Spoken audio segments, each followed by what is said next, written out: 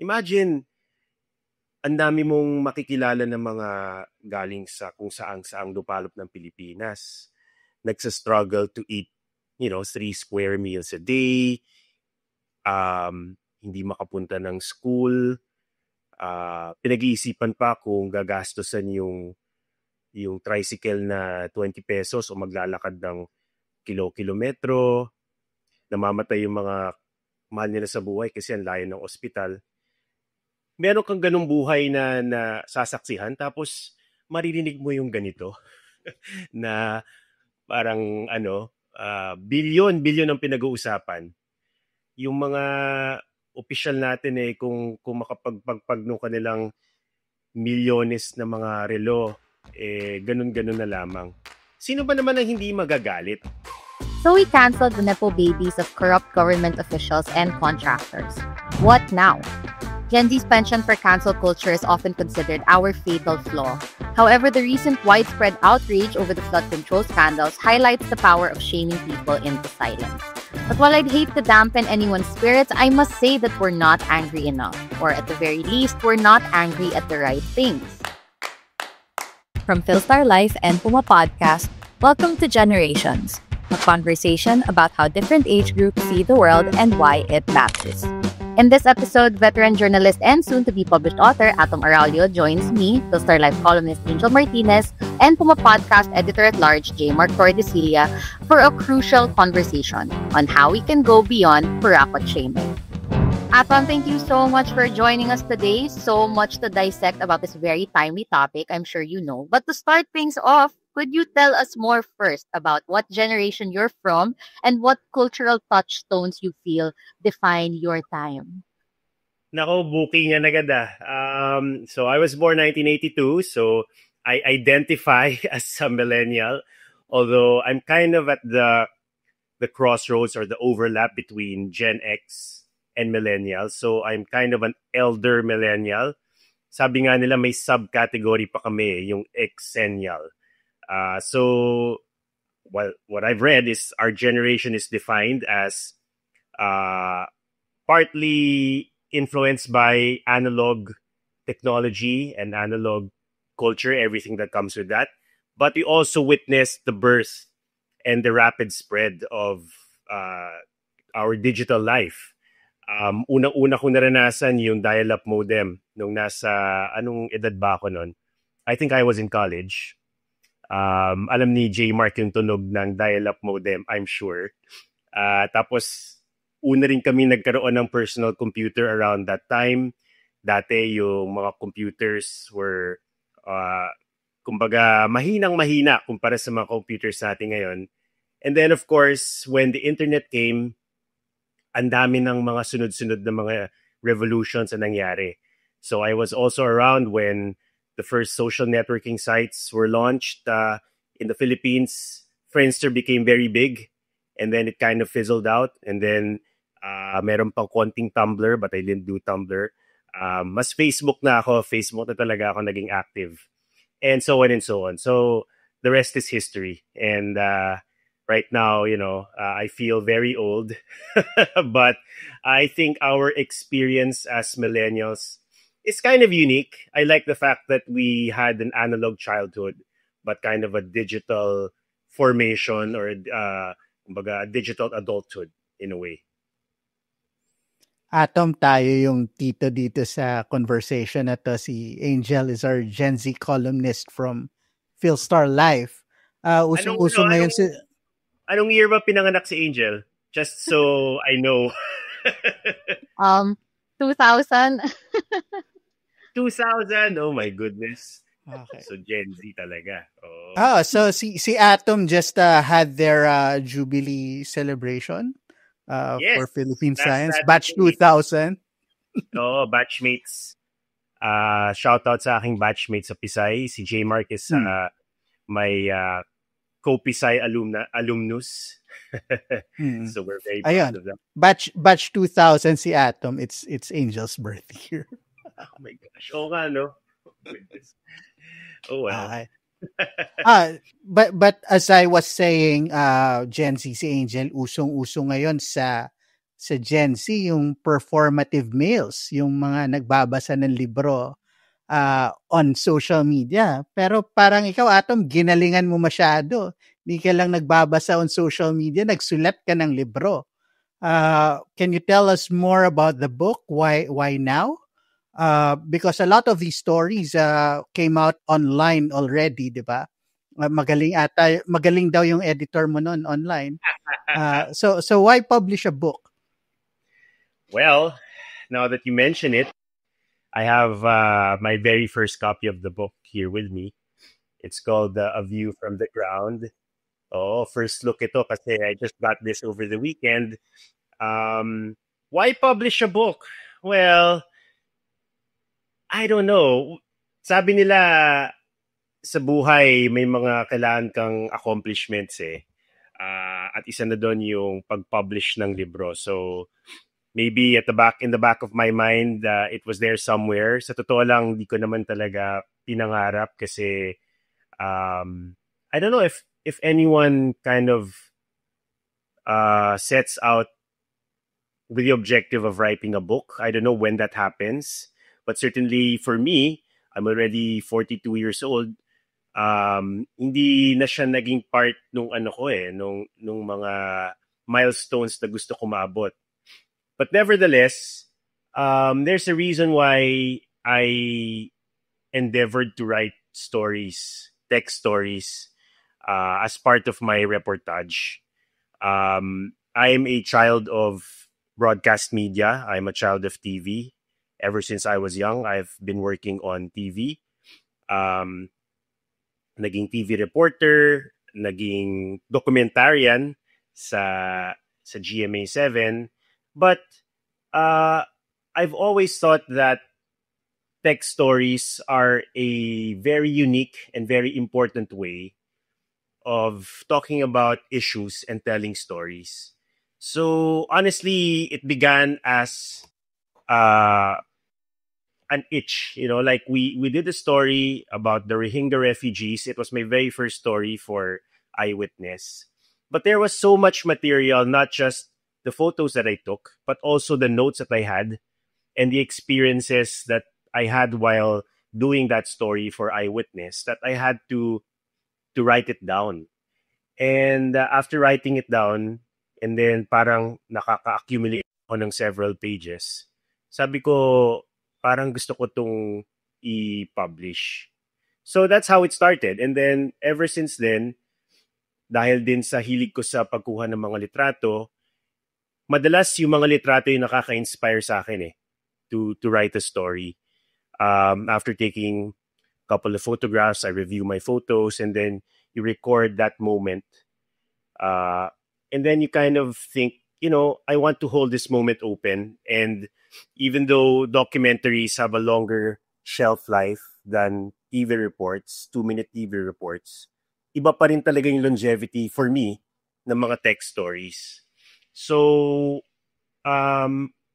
nung after 8 years, pansin ko nakapag-accumulate na ako ng X number of narrative journalism pieces and dozens of photographs. So I asked and I submitted the manuscript to UP Press. Tinanong ko sila, is this worth publishing? And I was very happy na, dumaan naman dun sa process, dun sa rigor of vetting and seeing if this is worth publishing. And they said, yeah, this is something that people might be interested in. Oh, I remember since J-Mark, you mentioned the whole performative male discourse on social media. Atom, I remember seeing your recent tweets about performative outrage. Like you directed your post, diba, against like members of the government. But I also feel like it applies to a more general audience kasi there are like these grand displays of anger against corruption. Pero parang hanggang ngayon nothing like seems to happen. So why do you think there's this kind of cognitive dissonance in your opinion?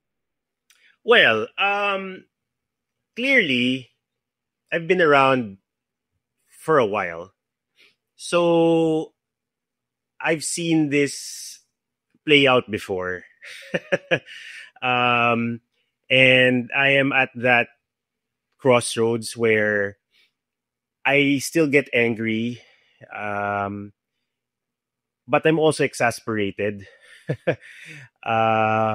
Kasi ano na siya parang paulit-ulit na siya nangyayari. At alam naman ng lahat kung sino yung mga nakikinabang. Pero pag nagkakasingilan na, parang puro palabas na lang. So, when you say the cognitive dissonance, actually, it's a product of the structural corruption.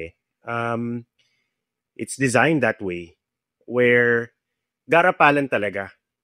At dahil sa walang napaparusahan, sometimes yung displays of corruption are so overt and in your face because they know that they will get away with it.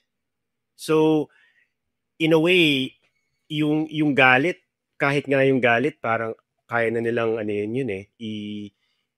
ipagwalang bahala. Tapos, hintay lang nila na lumamig yung sitwasyon, tapos tuloy yung ligaya. Kaya rin naman ako naniniwala na importanteng marehistro yung disgust ng mga mamamayan. Dahil walang mangyayari kung hahayaan lang natin sila na mag-imbestiga sa sarili nila. Dahil ang totoo niyan, nagkakaroon lang naman ng totoong hustisya kapag na kailangan nilang managot sa mga tao. So, I mean, that was the spirit behind all of these mga tweets or posts.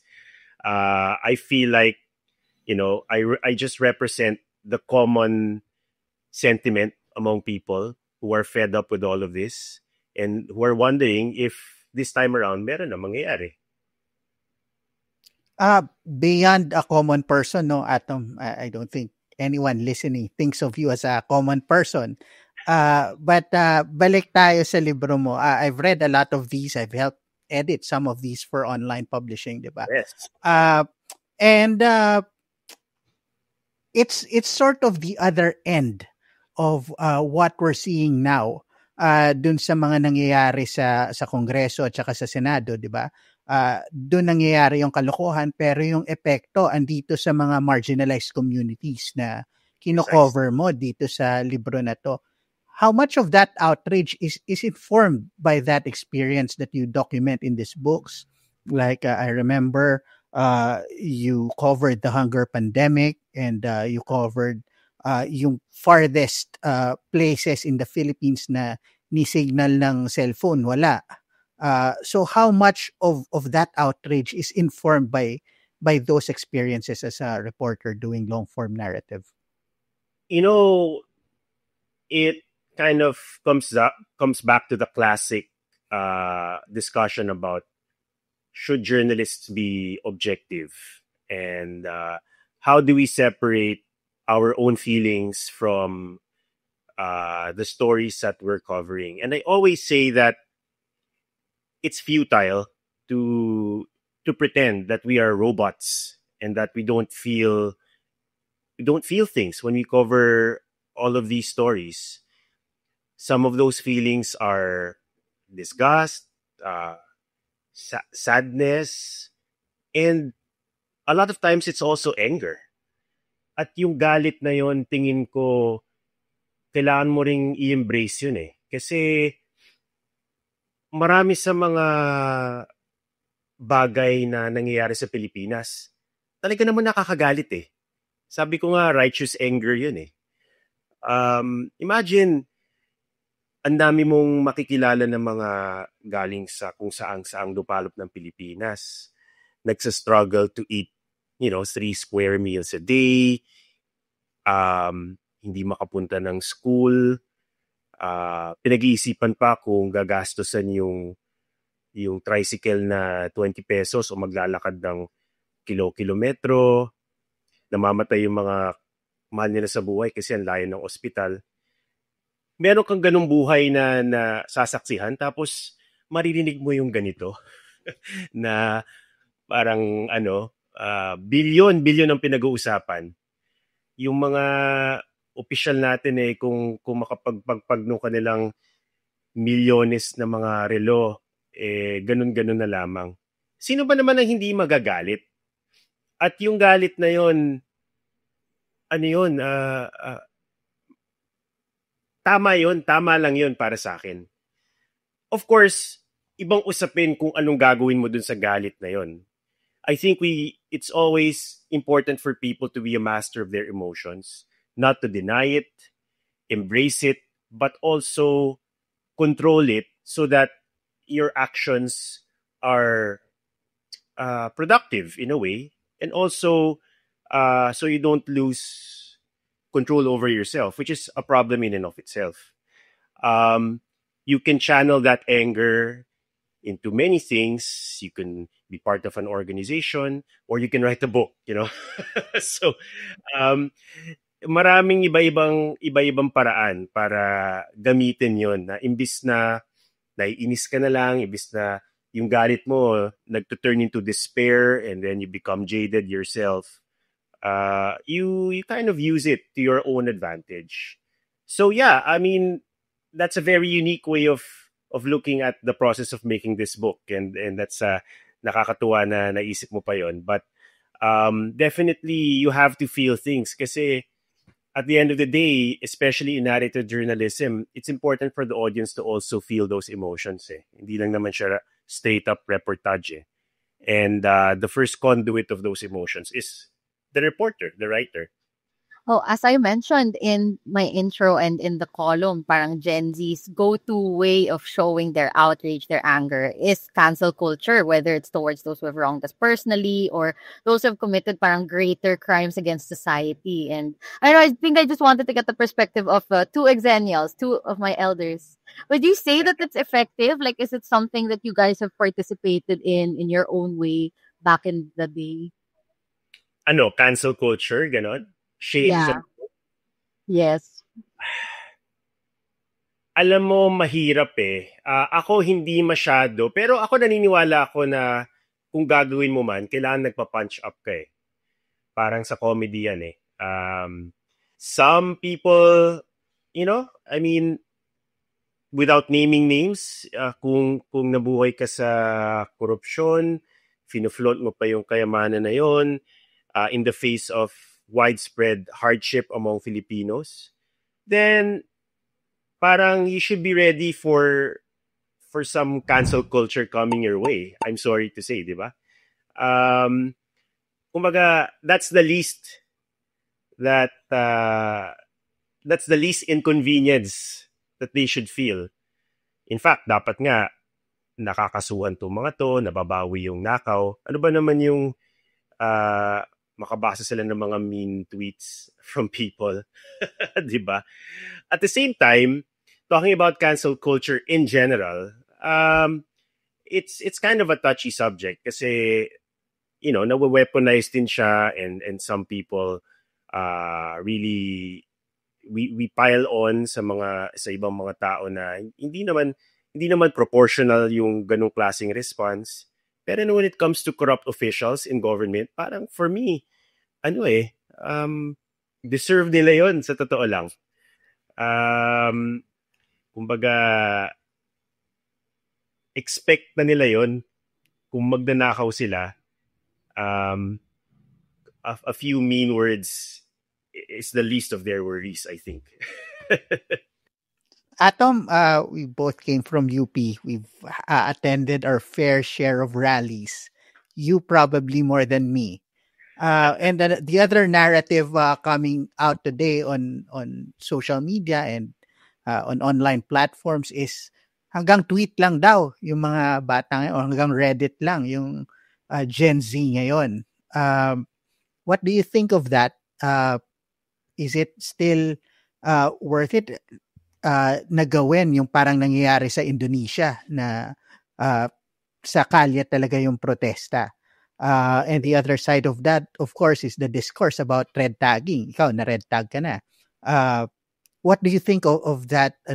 Effective ba yung pangbubuli online o pagka-cancel online? Or you think there needs to be more action in the physical world, o IRL nga, sabi nila? Right. I mean, sa totoo lang, mahirap naman sabihin na mahirap naman i-condone yung bullying. Kasi nga, posibleng may mga nagde-deserve ng ganong klaseng pagpuna. Pero as a general tactic to effect change, I don't think it will get you very far. But having said that, kita naman natin how effective it is. People talk about it, and it's an easy way of expressing your emotions. And I think to an extent, magdadalawang isip din yung mga nagpo-flaunt ng kanilang nakaw na yaman dahil dun sa nagbabantay yung mga mamamayan. Pero hindi naman kailangan pumili between the two. There are many ways of expressing yourself online. Do I personally feel that we should go beyond that? Certainly. Kasi magiging student lang tayo ng history. Wala namang meaningful changes na mangyayari kung puro ingay lang online ang ating madadatnan. Pero yung ingay online, parang ano rin yan nagfi-feed din yan yung kagustuhan ng mga tao na kumilos So meron siyang, mahalaga siya. And meron ding feedback mechanism yan. Hindi ko alam kung anong extent gustong dalhin ng mga tao yung ganong klaseng galit. Yung mga protesta, dati may nagkaroon ng million people march, di ba? Against corruption. So definitely it's part of our democratic rights to demonstrate and to seek accountability. But it's hard to predict kung ano yung gagawin ng mga tao based on how strongly they feel about this issue. But again, kailangan mong intindihin na hindi mo naman, yung may mga bagay na hindi ka na rin makokontrol It's easy to say, huminahon lang kayo kasi ayaw natin na magkagulo, baka merong mga masaktan. I think wala naman sa mga kababayan natin ang gustong mag-rally for the heck of it Pero alam din natin na kung hindi natin gagawin, hindi tayo mag-exert ng ganong klaseng pressure, di business as usual lang din. Kasi after nila mag-imbestiga, sabi ko nga sila lang din naman yan. Sino ang mag-i-ensure na talagang merong mga mananagot? Kung hindi sila nakakaramdam ng pressure mula sa taong bayan, mas madaling i-hush-hush na lang yan at hintayin na lumamig yung mga bagay. So, circling back to the question, I think both are important and we don't necessarily have to choose, and one kind of feeds off the other. As the resident Gen Z here, I feel like I've observed that it's hard for members of my generation to kind of sustain our anger kasi parang the ones who have like the privilege or the luxury of time, energy to protest, parang sobrang desensitized na nila to the point na they just scroll past photos of like the aftermath of a storm, for example, or parang news like about like devastating loss of livelihood. Parang nakasanayan na or parang a lot of us are quite removed from the situation. So as someone who immerses himself in other people's experiences for a living, like how much of real life is not seen or portrayed in what we see on social media? Like maybe you can share any striking encounters you've had on the field, anything you've put in your book. Well, I want to react to what you said to begin with. Yung mahirap i-sustain yung anger. Totoo yan di ba? Parang anger rises and fades and then we find a new thing to get angry about. We forget about the last one. That's why it's important to be organized. That's why there are actual people's organizations whose job it is not just to rouse up anger anytime there's a new corruption issue or a new controversy, but to sustain it by, number one, educating people about what is this animal? Bakit nangyayari to sa Pilipinas? Why does corruption persist? Why are people poor? Bakit yung mga magsasaka laging nagsa-struggle para kumain? Bakit ang dami nating natural resources pero hindi pa rin, ang laki-laki pa rin ng utang ng Pilipinas? And then beyond that, marami mga pwedeng gawin so that people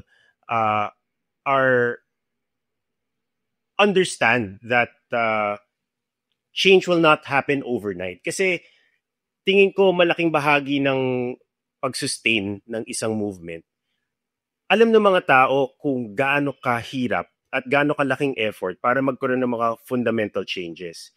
Kasi kapag hindi ka organisado, tas merong nangyaring corruption, gigil na gigil ka, tas nakita mo sa ending walang nangyari, nakakadismaya yun eh. So the next time na mangyayari siya, parang hihirit ka na lang ulit, magsisnipe ka na lang, you'll make a snarky remark on Twitter like I did. And then parang in your mind, wala naman ako magagawa eh. Bahala na sila dyan. Pero galit ako. Parang ganon.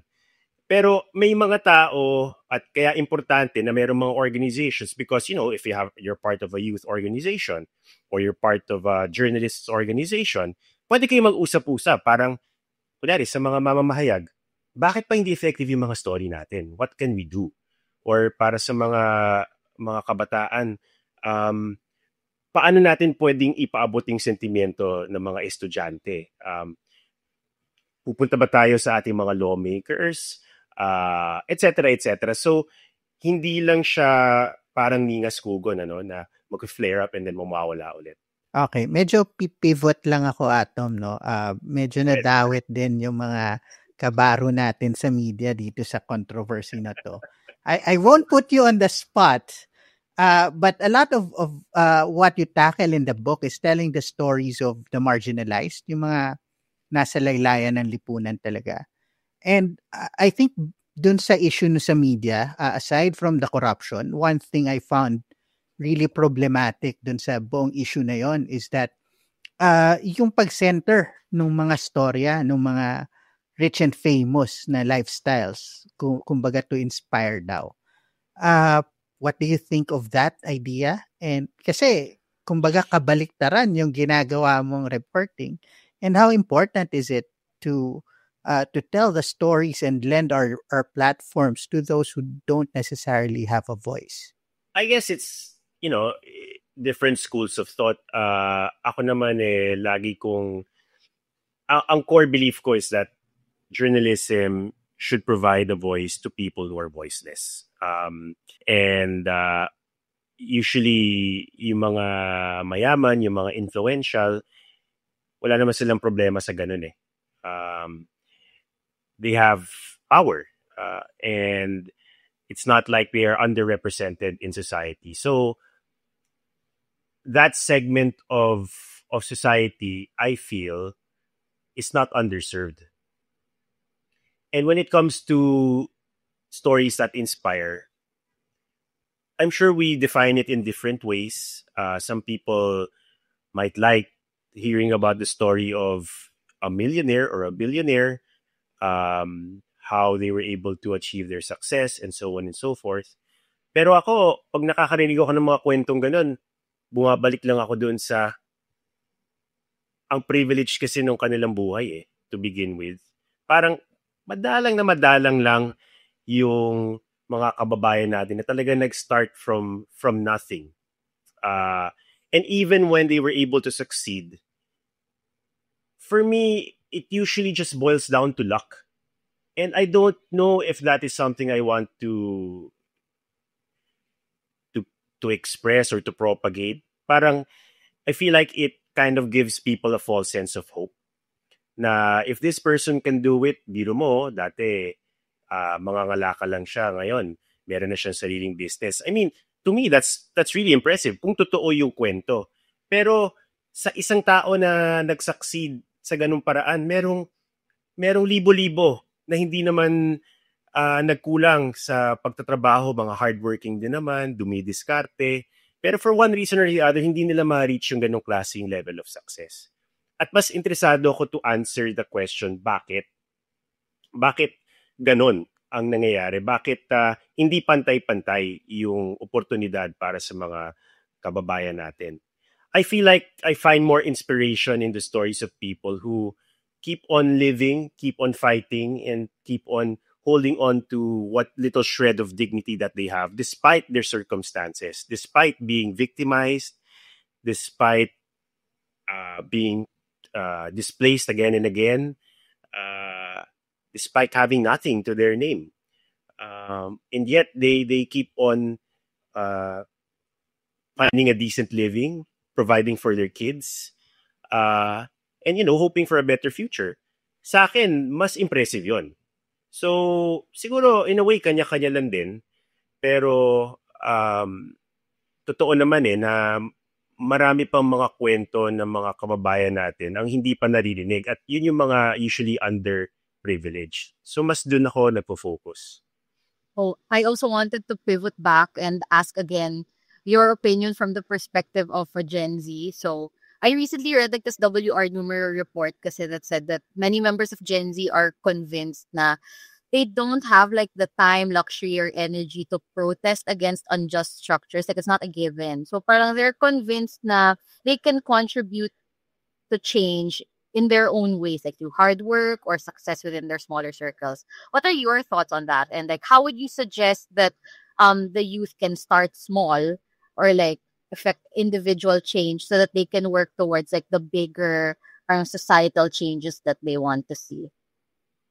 Tama naman yun. Naniniwala naman ako na you can make a difference in the circles that you move in, using your talents and being a role model within your community. So doctors can serve patients who are underprivileged. Lawyers can fight for the rights of farmers and workers. Businessmen can make sure that their wages are fair and they provide enough benefits to their workers so that they are able to employ more people, give them opportunities. Mga mamamahayag, journalists can make sure that their stories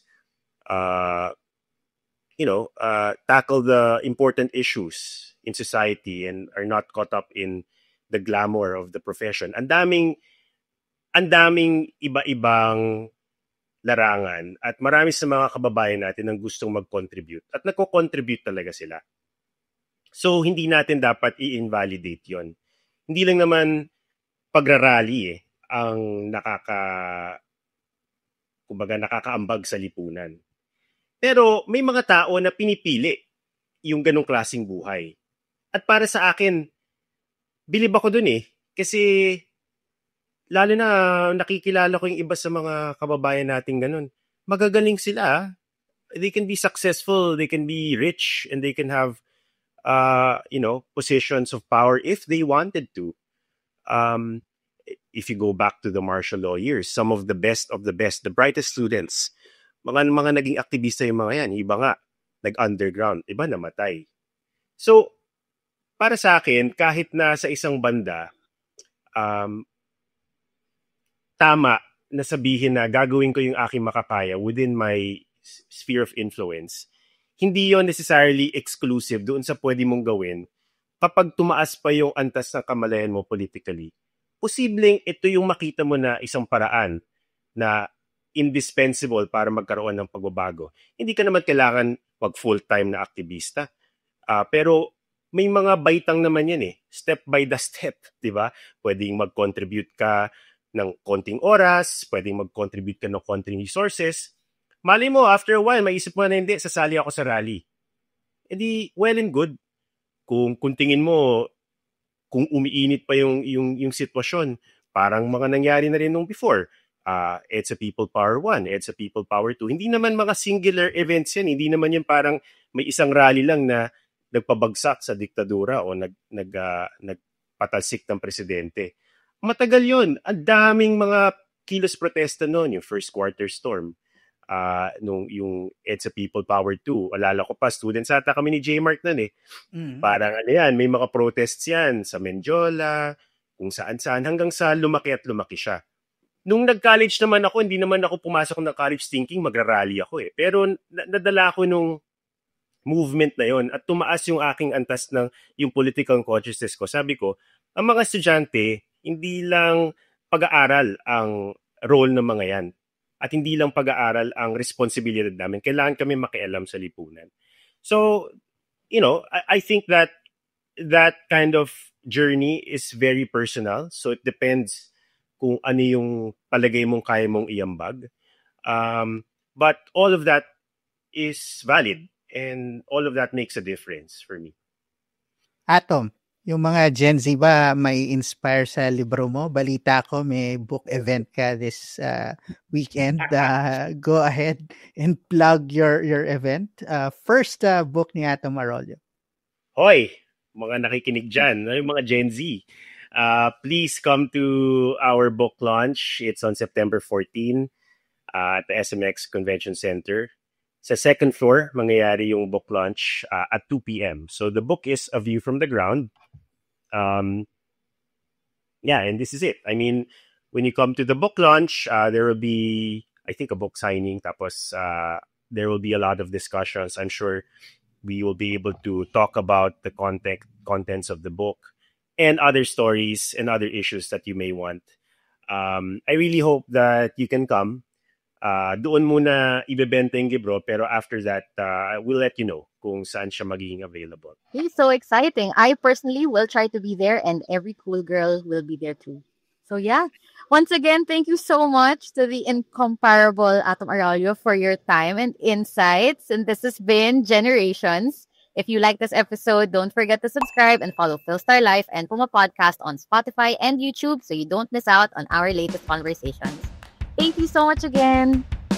Maraming salamat.